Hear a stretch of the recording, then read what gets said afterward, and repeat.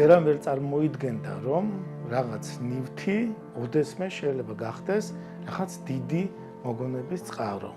შეიძლება ჩვეულებრივი ნივთი იყოს, რომელსაც შეიძენ რაღაცა და არ მიანიჭებ რაღაც მნიშვნელობას, უბრალოდ საყოფაცხოვრებოდ სახში გჭირდება.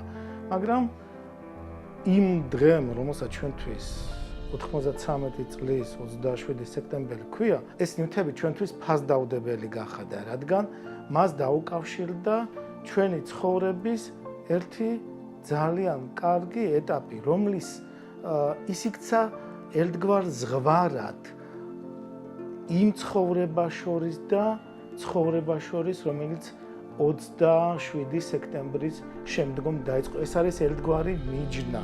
შეიძლება გავიდეს დღეები, არ მოგაგონდეს, მაგრამ ამით შეხედავ თუ არა ეგრევე რაღაც ის დღეები დაბრუნდება. ჩემი ოჯახის შემთხვევაში ასეთი ნივთი არის სრულიად უმნიშვნელო საბჭოური წარმოების ძალიან იაფასიანი ჩემოდანი, რომელიც ჩემ მშობლებს ჰქონდათ ალბათ რაღაც გარკვეული საჭიროებისთვის. ახლა ჩვენ ძალიან არ მოგზაურობდით, ეპოქაც იყო ისეთი და თან ნათესავებით ძირითადად აფხაზეთში ვყავს. აი სულ ორად ორ რაიონში ვართ თავმოყრილი, ეს არის სოხუმის რაიონი და გურჯეფშის რაიონი. და ეს ჩემოდანი ახლა ნამდვილად არ ვიცი დიაჩემ და მამაჩემ არისთვის შეიძინეს, მაგრამ აღმოჩნდა რომ აი ეს ჩემოდანი აღმოჩნდა ჩვენთვის ახალი ცხოვრების აი მოდური სიტყვა სტარტაპი. აი ამ ჩემოდანმა ჩაიტია ის დასაწყისი, რითაც ჩვენ დავიწყეთ ცხოვრება სოხუმს მიღმა.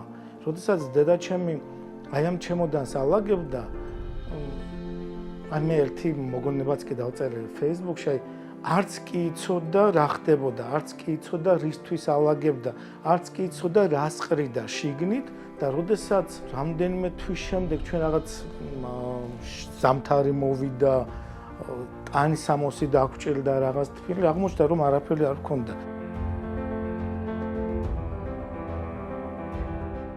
აი ამ ჩემოდანმა დაგვაწყებინა ახალი ცხოვრება, ახალი სამწუხაროდ უსოხუმო ცხოვრება. აი მიკვირს, წამოიღო მთელი გზა, სვანეთი გადმოიარა, ის მთები, კლდეები, აქეთ და ბოლოს აი შავი ყუთივით იყო, რო გახსნა, რაც გჭირდება, ის არ არის, მაგრამ აღმოჩნდა ის ნივთები რა, აი მოულოდნელობის ეფექტი იყო ჩვენთვის ეს ჩემოდანი. რამდენიმე ისეთი უმნიშვნელო დოკუმენტაცია წამოუღია და ერთი მაქვს ჩემი ატესტატი, მე-9 კლასის ატესტატი, მე უკვე სტუდენტი ვიყავი, მე-9 კლასის ატესტატი არაფერში მჭირდებოდა, მაგრამ ისიც აღმოჩნდა და აი ამ ჩემოდანს გადმოყვა.